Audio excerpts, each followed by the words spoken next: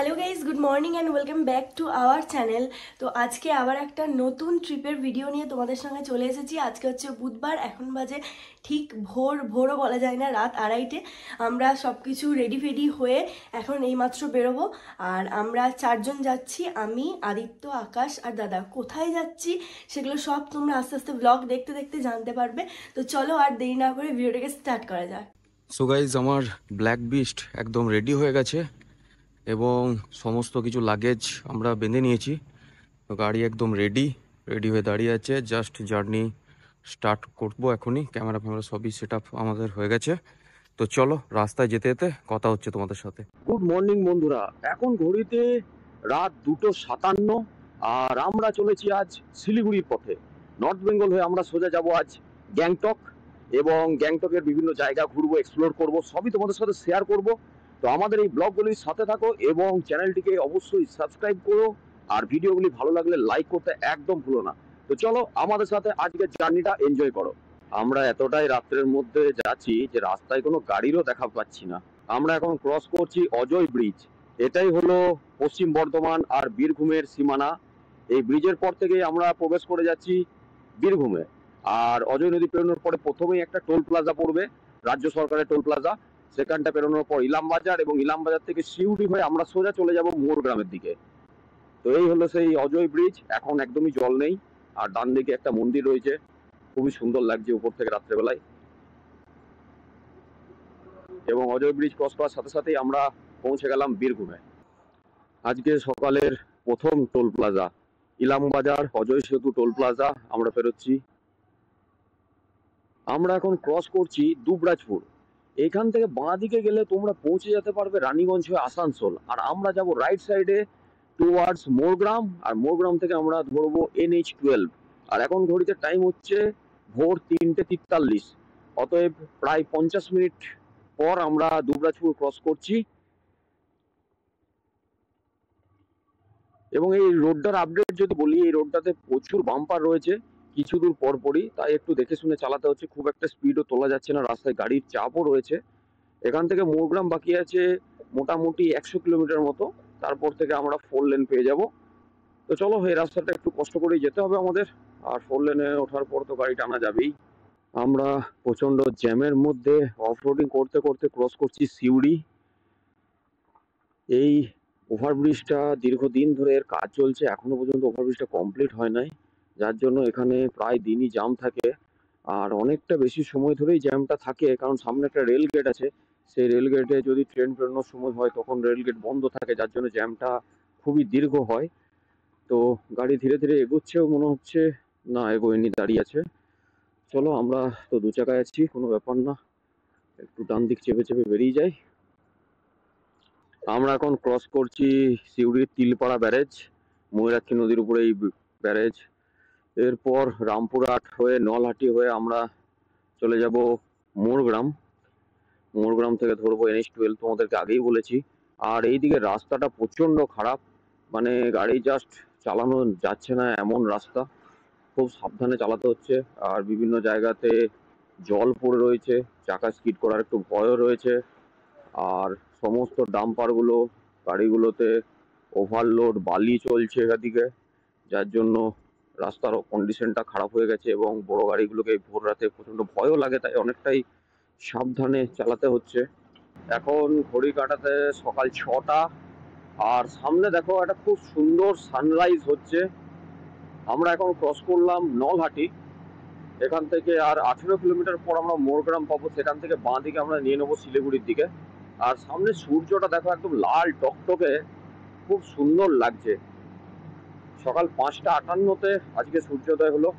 তো বন্ধুরা, এখন ঘড়িতে টাইম হচ্ছে সকাল 6:19, আর আমরা একদম মোরগ্রামের যে মোড়, সেই মোড়ে পৌঁছে গেছি। এখানেই পানাগড় মোরগ্রাম স্টেট হাইওয়ে, যে 14 নম্বর রাজ্য সড়ক এবং সেই সঙ্গে 14 নম্বর জাতীয় সড়ক, সেটা এখানেই শেষ হচ্ছে। আর এই রাস্তাটা উঠছে NH-12-এ, 12 নম্বর জাতীয় সড়কে। এখান থেকে ডান দিকে চলে যাচ্ছে বহরমপুর কৃষ্ণনগর হয়ে একদম কলকাতা। আর আমরা যাব বাঁ দিকে, আমরা যাব শিলিগুড়ির দিকে, অর্থাৎ নর্থ বেঙ্গলের দিকে। বাঁ দিকে আসাম, গুয়াহাটি, শিলিগুড়ি সমস্ত কিছুই বাঁ দিকে যাওয়া হয়। এখান থেকে ফারাক্কা ডিস্টেন্স গুলো লেখা নেই, এবং এখানে যে সাইনবোর্ডটা রয়েছে সেখানে দেওয়া রয়েছে এটা NH60। মানে NH এর যে আসল এটা কত নাম্বার সেটার কোনো নির্দিষ্ট নাম নেই। বাঁ দিকের যে পিলার গুলো রয়েছে সেখানে আমরা দেখছি NH14, আবার যেখানে এটা রয়েছে সেখানে দেখছি NH60। আমরা এখান থেকে বাঁ দিক নিয়ে নিলাম এবং এখান থেকে আমরা টোটালটাই 4 লেন হাইওয়ে পাবো, কিছু কিছু জায়গায় 6 লেনও পাবো। তো চলো আমাদের রাইডটা এরপর অনেকটা ইজি হয়ে যাবে, অনেকটা সফট হয়ে যাবে। এরপর একটা আমরা টি ব্রেক নেবো, কারণ অনেকক্ষণ ধরে রাইড করছি, সকাল থেকে কিচ্ছু খাইনি, খিদেও পেয়েছে।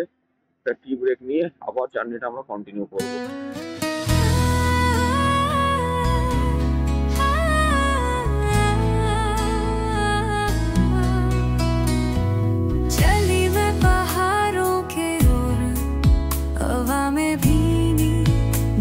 खुशबू रास्ते में बसी है एक नई राह, सपनों का घर है अब दूर कहीं छुपा, मुझ पहाड़ियों का सफर है खास,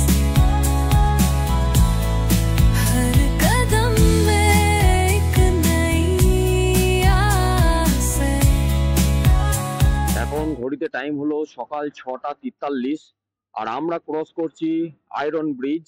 আমাদের হুগলি নদীর নাব্যতা হ্রাসের জন্য এবং জল যাতে সঠিকভাবে পায় তার জন্য যে ফারাক্কা বাঁধ দিয়ে ব্যারেজটা নির্মাণ করে যে ক্যানেলটা, যেটাকে ফারাক্কা ফিডার ক্যানেল বলা হয়, যেটার মাধ্যমে জলটা আমাদের যে হুগলি নদী বা ভাগীরথী নদী সেই নদীতে এসে পড়ে, এটা হলো সেই ক্যানেলের উপরেই ব্রিজ।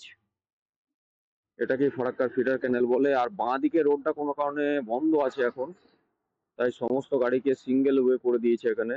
আর এটাতে প্রচুর জল রয়েছে নিচে, আমরা দেখতে পাচ্ছি জলের স্রোতও ভালো রয়েছে, কারণ ফারাক্কা ব্যারেজের গেটগুলো বন্ধ করে দিয়ে এই ফিডার ক্যানেলের মাধ্যমেই হুগলি নদীতে জলটা সাপ্লাই করা হয়। তো চলো আর একটু পরেই আমরা ফারাক্কা ব্যারেজও দেখতে পাবো। আজকে আমার লাইফে first time Farakka barrage bike নিয়ে পেরোবো। এর আগে আমি যতবার গেছি বাসেই পেরিয়েছি। চলো ফারাক্কা ব্রিজে গিয়ে তোমাদের সাথে আবার কথা হচ্ছে। আজকের দিনের দ্বিতীয় টোল প্লাজা আর NH এর প্রথম টোল প্লাজা আমরা ক্রস করছি। এটাই হলো বহরমপুর ফারাক্কা টোল প্লাজা। এরপরেই আমরা ফারাক্কা ব্যারেজটা পাবো, তার আগে এই টোল প্লাজাটা। তো চলো দেখি এখানে যদি কোনো দোকান থাকে। অবশ্যই টি ব্রেকটা অনেকক্ষণ ধরে নেবো নেবো করছি, নেওয়া হচ্ছে না, তো ভালো দোকান দেখতে পেলে অবশ্যই দাঁড়াতে হবে। তো আমরা এখন অনেকক্ষণ বাইক রাইড করার পরে একটা এই হোটেলের সামনে দাঁড়িয়েছি। এখানে আমরা একটু চা, তারপর একটু কিছু টিফিন করে নেবো, কারণ অনেক সেই ভোরবেলা থেকে বেরিয়েছি, প্রচণ্ড খিদে পেয়ে গেছে।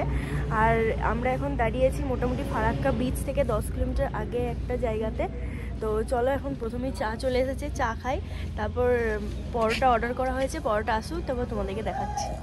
এবার চলে এসেছে এই যে পরোটা, আর এখানে একটা মিক্স তরকারি টাইপের কিছু আছে, আর এর সঙ্গে কাঁচা লঙ্কা পেঁয়াজ। এদিকে তো আর খিদে সহ্য করতে না পেরে খাওয়া অলরেডি স্টার্ট করে দিয়েছি। কেমন টেস্ট? ভালো? এ বেচারি অসুস্থ হয়ে পড়েছে। আমরা এখন ফারাক্কা ব্রিজ ক্রস করছি। এই হলো সেই ফারাক্কা ব্রিজ যার উপরে পার্শ্ববর্তী দেশের প্রচুর ক্ষোভ আছে, সবাই জানো সেটা। এই ব্রিজটা প্রায় 3 কিলোমিটার লম্বা আর 108টির মতো গেট রয়েছে। আর ডান দিকে ওই দূরে 4 লেন ব্রিজের কনস্ট্রাকশন চলছে, পুরো দেখতে পাচ্ছি এখান থেকে। তো ওই ব্রিজটা যখন চালু হয়ে যাবে তখন অনেক বেশি গতিবেগে আমরা এই ফারাক্কা ব্যারেজ ক্রস করতে পারবো বা গঙ্গা নদী, মা গঙ্গা ক্রস করতে পারবো। আর এই সময় যদি একটা ট্রেনের ক্রসিং হতো তাহলে এটা উপভোগ করতে পেতাম, কিন্তু আমাদের ব্যাড লাক যে কোনো ট্রেনের ক্রসিং নেই এখন। আজকের দিনের 3 নাম্বার টোল প্লাজা আমরা ক্রস করছি। এটা হলো Farakka Raiganj toll plaza. NH এর দ্বিতীয় টোল প্লাজা আমরা ক্রস করছি এখন।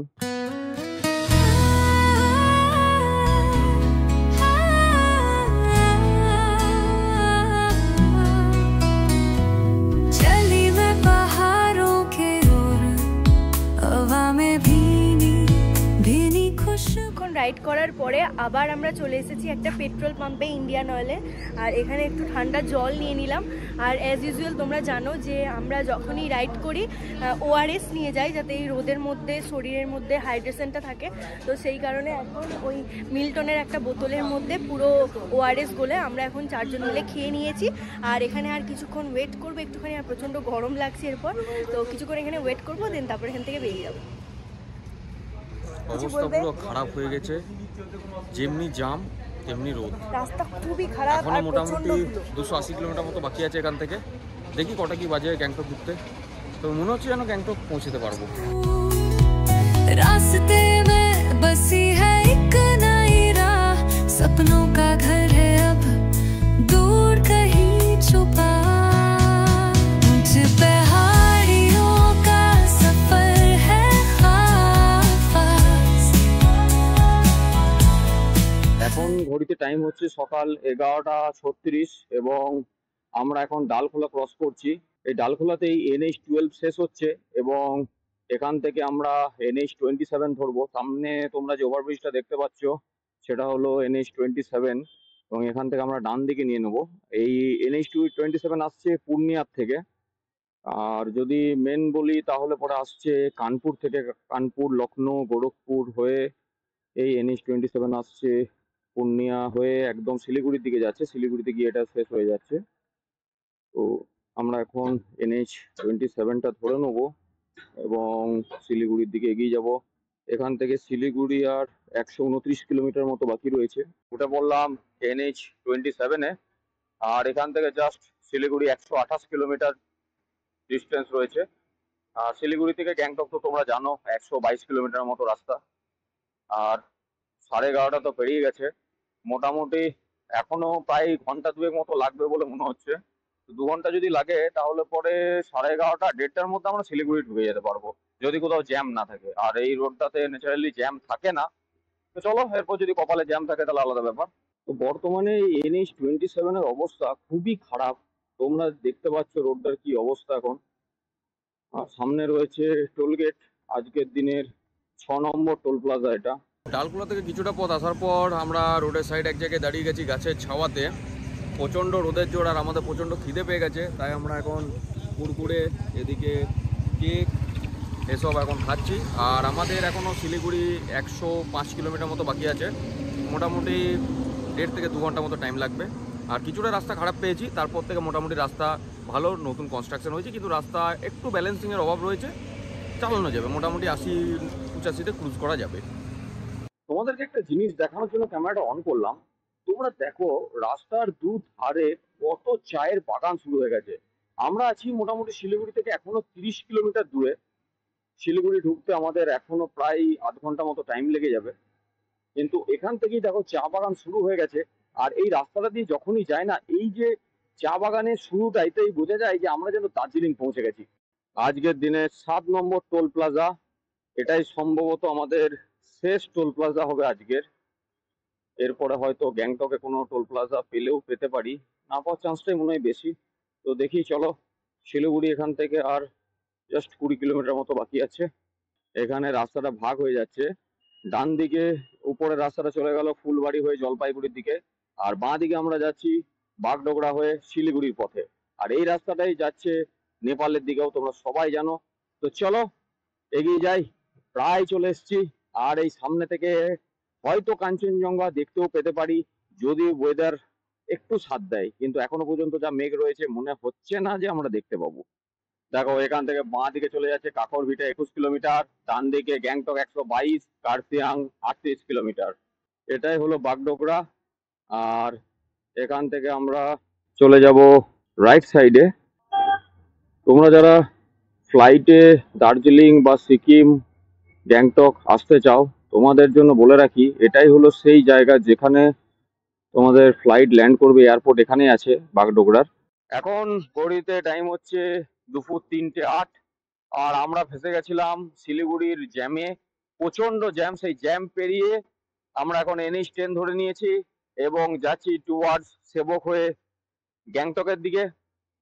তো চলো, পাহাড়ের সেই সৌন্দর্য, সে অনুভূতিগুলো উপভোগ করতে করতে আমরা এগিয়ে চলি গ্যাংটকের পথে। গ্যাংটক এখান থেকে আর 104 কিলোমিটার। এখন আমরা যাচ্ছি মহানন্দা ওয়াইল্ড লাইফ সেঞ্চুরির মধ্য দিয়ে। এখানে দুদিকের জঙ্গলগুলো কি ঘন দেখো, শুধু গাছে ভর্তি পুরো। মানে এখানে যদি কেউ ঢুকে যায় আর তার কাছে যদি কোনো রকম ম্যাপের ব্যবস্থা না থাকে, তো সে তো মনে হয় জঙ্গল থেকে আর বেরোতেই পারবে না, যা ঘন জঙ্গল দেখছি দুপাশে। ঘড়ির কাঁটায় সময় 3:30, আর আমরা এখন রয়েছি সেবকে। সেবকের একটা হোটেলে দাঁড়িয়েছি লাঞ্চ করার জন্য, কারণ আমাদের টাইমটা লাঞ্চের পেরিয়ে গেছে। তো জঙ্গলে ফেসে গেছিলাম, যার জন্য লাঞ্চ করতে পারছিলাম না। তো আমরা যে হোটেলটায় আছি সেখান থেকে টোটালটার একটা ভিউ দেখে নাও। ওই দূরে যে পাহাড়গুলো দেখা যাচ্ছে ওগুলো হচ্ছে জলদাপাড়া, আর নিচে বয়ে চলেছে তিস্তা নদী। ওই দিকে দেখতে পাচ্ছ তিস্তা নদী ওই দিকে বইছে, আর বন্যার সময় এগুলো সবই ডুবে গেছিলো।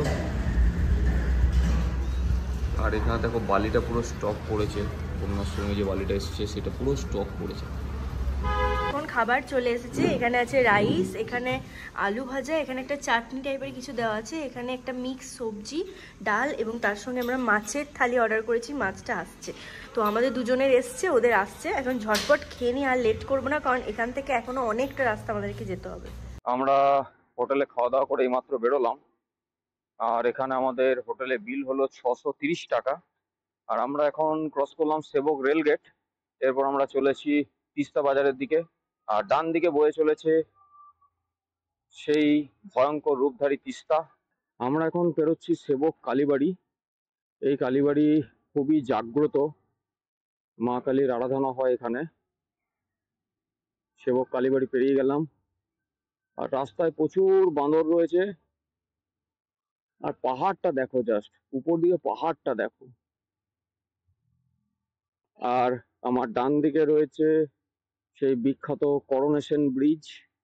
এই করোনেশন ব্রিজ হয়ে আমরা বাড়ি যাওয়ার দিনে যাব, সেই দিনে এখানে দাঁড়িয়ে ছবি ছবি তুলবো। আজকে আর লেট করছি না এখানে, কারণ আমাদের এখন গ্যাংটক ঢুকতে হবে, টাইম অনেকটাই দেরি হয়ে গেছে। গ্যাংটক এখান থেকে 92 কিলোমিটার, রংপো 52 কিলোমিটার। আর রংপো থেকেই আমরা ওয়েস্ট বেঙ্গল ছেড়ে সিকিমে প্রবেশ করব। তো আজকে আর করোনেশন ব্রিজে দাঁড়ালাম না। তো এটা যতবারই দেখি যেন প্রত্যেকবারই নতুন লাগে। আসার দিনে নিশ্চয়ই এখানে দাঁড়াবো এবং ছবি তুলবো। ডান দিকে দৃশ্যটা জাস্ট দেখো, এই দৃশ্য কি মিস করা যায়? তিস্তা একদম হাতের মুঠোয়, কত কাছে দেখো তিস্তা। আর তার পাশে পাহাড়টা পুরো খাড়াই হয়ে গেছে, আর এখানে সমস্ত রকম মেনটেন্যান্সের কাজ চলছে। তিস্তা যে ক্ষয়ক্ষতিগুলো পড়েছিল সেই রোড রিপেয়ার এখনো চলছে, আবার ভাঙছে আবার গড়ছে, শুধু ভাঙা করারই খেলা চলছে এখানে। তিস্তা বাজার আর 4 কিলোমিটার এখান থেকে। এখনো গ্যাংটক আমাদের বাকি আছে 64 কিলোমিটার। আর গুগল বলছে 2 ঘন্টা 6 মিনিট টাইম লাগবে। আর ঘড়ির কাঁটায় এখন টাইম হচ্ছে 5টা 15। গুগলের টাইম অনুযায়ী আমাদের ঢুকতে প্রায় বেজে যাবে 7টা 20। আমরা চলে এসেছি একদম তিস্তা বাজারের কাছে। আর তিস্তা বাজারের যে রাইট সাইডে যে নিচু রাস্তাটা রয়েছে সেই দিকটা চলে যাচ্ছে সোজা দার্জিলিং এর দিকে। এই রাস্তাটা ধরে সোজা গেলে একদম তোমরা দার্জিলিং যেতে পারবে। আর আমরা এই দার্জিলিং ডিস্ট্রিক্টের পাহাড় ছেড়ে এরপর ব্রিজটা ক্রস করব এবং কালিম্পং ডিস্ট্রিক্টে আমরা এন্টার করব।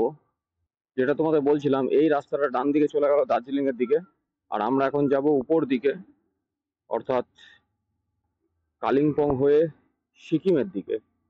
আমরা এখন তিস্তা নদী ক্রস করছি। আর ডান দিকে দেখো তোমরা, উপরে দেখতে পাচ্ছ, এটাই হচ্ছে সেবক টু রংপো রেল প্রজেক্ট। খুব তাড়াতাড়ি তোমরা সিকিমের রংপো পৌঁছে যেতে পারবে ট্রেনের মাধ্যমে। তো স্টেশনগুলিরও কাজ চলছে, কনস্ট্রাকশন চলছে, সেগুলো রাস্তায় আস্তে আস্তে দেখলাম। এবং তিস্তা বাজারেও একটা স্টেশন হবে, তার কনস্ট্রাকশন চলছে। এখন আমাদের তিস্তা থাকবে বাঁ দিকে, আর আমরা চলে যাব সোজা। একটু আগে গিয়ে ডান দিকে উপরে একটা রাস্তা উঠে যাবে, যেটা চলে যাবে কালিম্পং এর দিকে। আমরা সেদিকে আর যাচ্ছি না, আমরা যাব নিচের দিকে সোজা সিকিম গ্যাংটকের দিকে। আর আগে এখানে রিভার র্যাফটিং হতো, সেটাও তোমাদের জানিয়ে রাখি। এখন হয় কি না বন্যার পর থেকে আসে সেটা আমার ঠিক জানা নেই। আর এই বাঁ দিকের যে উপরে পাহাড়টা দেখতে পাচ্ছ, এই দিকেই আছে তাকদা, তিনচুলে, দার্জিলিং, এগুলো সব পড়বে একদম বাঁ দিকে। ডান দিকে চলে গেল কালিম্পং। এইদিকে সোজা, আর আমরা যাব এখন বাঁ দিকে নিচের দিকে আমরা চলে যাচ্ছি রংপুর দিকে। তো কালিম্পং এ আমাদের নেক্সট 2 দিনের প্ল্যান আছে, সব তোমাদের বলবো, এখন থেকে কিছু বলছি না। কিছু অফবিট লোকেশন আমরা সার্চ করে রেখেছি। তোমাদেরকে এতক্ষণ রিভার র্যাফটিং হয় কিনা সেই কথাটা বলছিলাম, তো তোমরা দেখতে পাচ্ছ লাইভ রিভার র্যাফটিং এখানে হচ্ছে। আর আমরা দাঁড়িয়ে পড়েছি এরকম একটা লোকেশনে।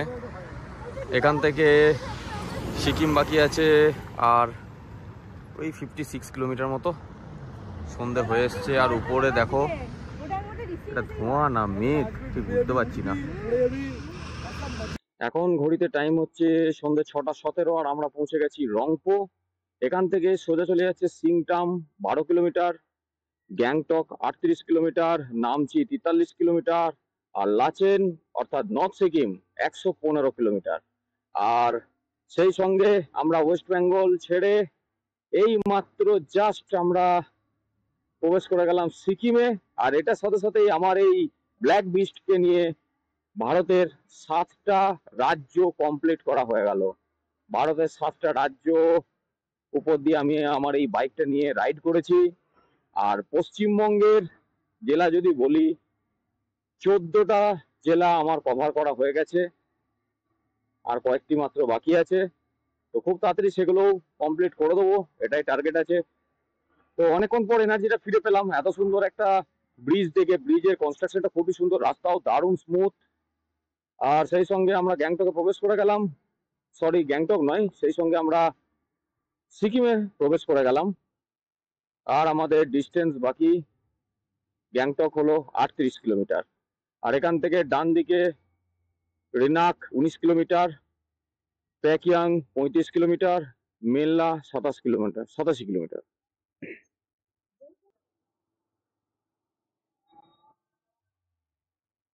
এবং এখানে দেখো ডান দিকে লেখা আছে ওয়েলকাম টু সিকিম।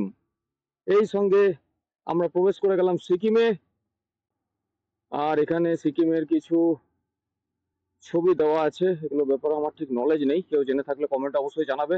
পানাগড় থেকে একটা সিঙ্গেল ডেতে আমরা বাইক নিয়ে পৌঁছে গেলাম সিকিম বা গ্যাংটক, একটা সিঙ্গেল ডেতে। এটা একটা চ্যালেঞ্জ ছিল, খুবই বড় চ্যালেঞ্জ ছিল। প্রথমে আমরা যখন প্ল্যান সাজাতাম তখন বারবার আমরা হিসাব করতাম যে শিলিগুড়িতে একটা দিন একটা রাত স্টে করতে হবে। তো ফাইনালি আমরা গ্যাংটক প্রায় পৌঁছাতে চললাম, আর মাত্র 38 কিলোমিটার রাস্তা বাকি আছে। আর এখানে একটু জ্যাম রয়েছে, তো চলো জ্যামটা থেকে বেরিয়ে যাই, তারপর তোমাদের কথা হবে।